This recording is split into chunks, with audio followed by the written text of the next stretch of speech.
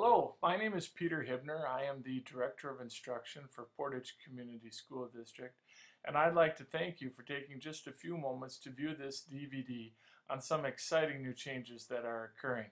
This portion of the DVD will look at our new skill-based report cards. The two questions that I will attempt to answer for you are what can you expect to see relative to these changes and what questions you might ask as a result of them. If you've had a child go through our school district, chances are you're very familiar with this type of report card in kindergarten, one that provided specifics in each subject area. For example, in reading, was your child able to understand that print flows left to right? And in math, were they able to read and write specific numbers 0 to 20? Writing, generating ideas, and recognizing their letters and their sounds. And then those important lifelong learning skills, such as being able to work cooperatively and independently. All of that information provided you very good specifics in terms of your child's academic readiness. Now, as children move through the grades, though, we've noticed that the report cards maybe aren't as specific as we and you would like. For example, maybe it was reported out that your child was satisfactory. They received an S. And then in the upper grades, an A, a B, a C, or a D. Not the specifics in terms of your child's readiness, what they were strong in, and how we could help them improve. What we've attempted to do then is for grades first and second to provide a skill-based report card similar to kindergarten.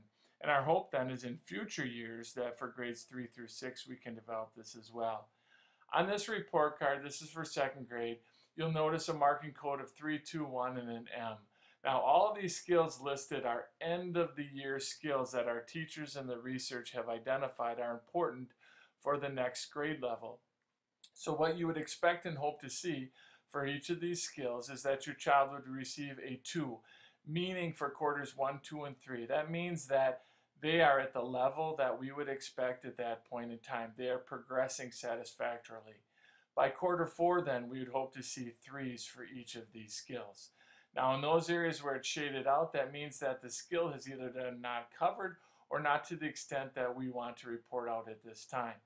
We've developed these for mathematics and common assessments for each of these areas, and in reading and in language arts. Now, in these areas, reading and language arts, the skills are listed. We will report those out similar, 3, 2, and 1, and as well as some other assessment information.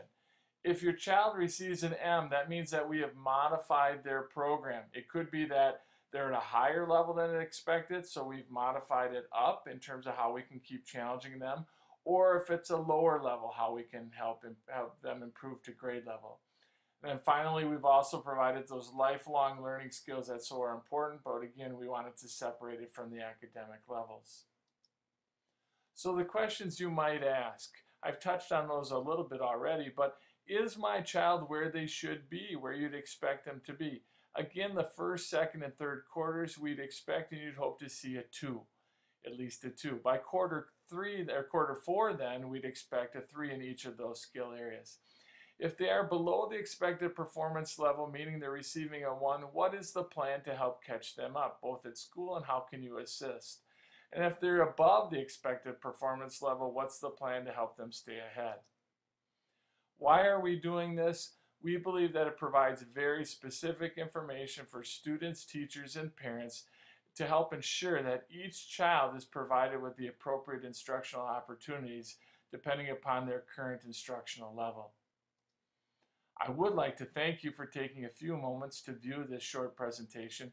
If you have any questions whatsoever, please don't hesitate in contacting the district office at 742-4879. Thank you very much.